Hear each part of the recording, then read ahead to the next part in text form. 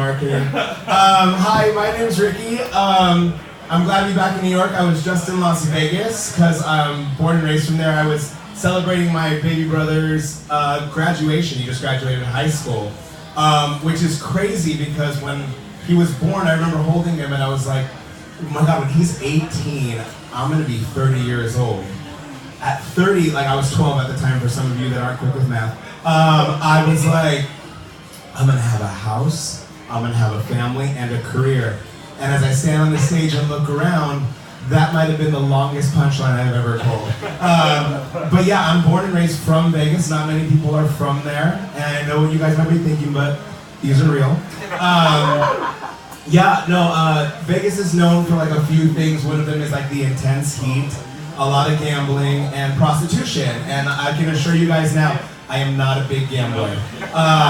Mostly because like it comes with some strings that like are associated to my family. Like I don't know my biological father. When I was a few weeks old, he like skipped out, but my mom did, thankfully.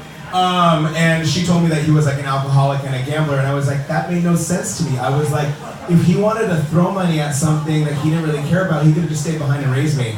You know, I was like, why not? But my whole family is crazy, especially my mom. My mom actually did call me a prostitute once, and I was kind of flattered. I was like, really? Like, hey. But then I was insulted, because I was like, if I was a prostitute, I wouldn't live in a windowless bedroom in a walk-up. Like, I would be hoeing my shit out like Kris Jenner does her family drama. I would, like, have a space. Like, a big fucking space. But, you know, it is what it is. I had to get the hell out of Vegas, though, eventually. So after I graduated high school, I came to the East Coast, and I've been living, which is a personal accomplishment, on the East Coast for about 9 years.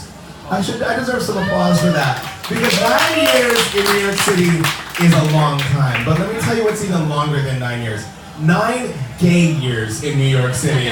Being this gay is fucking exhausting. Like, you have, like, think about it. Like, is anybody in here straight? Are there any heterosexuals? I'm so sorry. Welcome. This is a safe space.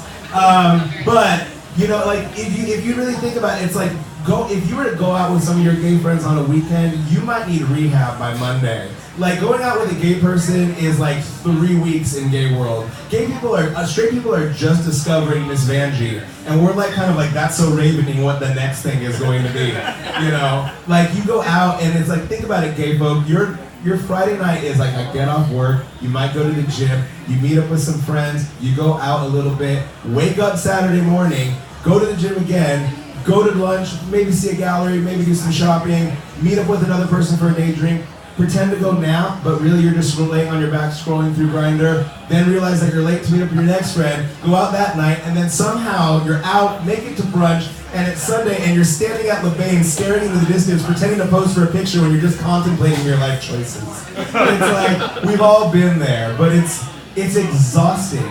Like, gay people have to put up with so much. You have to know anything about pop culture in order to understand what the fuck your friends are saying to each other online. Like, how many times are you like in a group chat and you're just like, what the f is that? Like, I will say, the cake lady, I had no idea. I felt seen, afraid, and alone. You have to know like the songs of like that just came out like 30 seconds ago, when somehow your friend miraculously has all that choreography and like the lip sync down better than half these bitches on Drag Race. You know who you are. And then like, you're going to the gym all the time just for a fucking picture, because nobody's gonna touch you. Grindr's just a waste of fucking time. So you're just like, all you're doing is posting a picture for a mindless double tap. All this work, we are insane, but we should also be the next president because we are efficient. We should be running this fucking country if we're not doing it behind the scenes, but currently we are not. But speaking of like all that kind of like effort and energy put into it, my favorite season is here. It's summer. It's just about to be summer in New York City. We made it through another winter, and wasn't this winter long? Oh my God, it just felt like it would never end. It's just bleak. It's like The Walking Dead. It just keeps going, and you're just like, kill it already. But, you know, it's like, summer is the most magical time in the city because, like, Everything starts to become green. You get like a natural energy from all the warmth, and you want to kind of stay out a little bit later. The men start to shed their clothes and show off that physique, and then the most magical thing happens.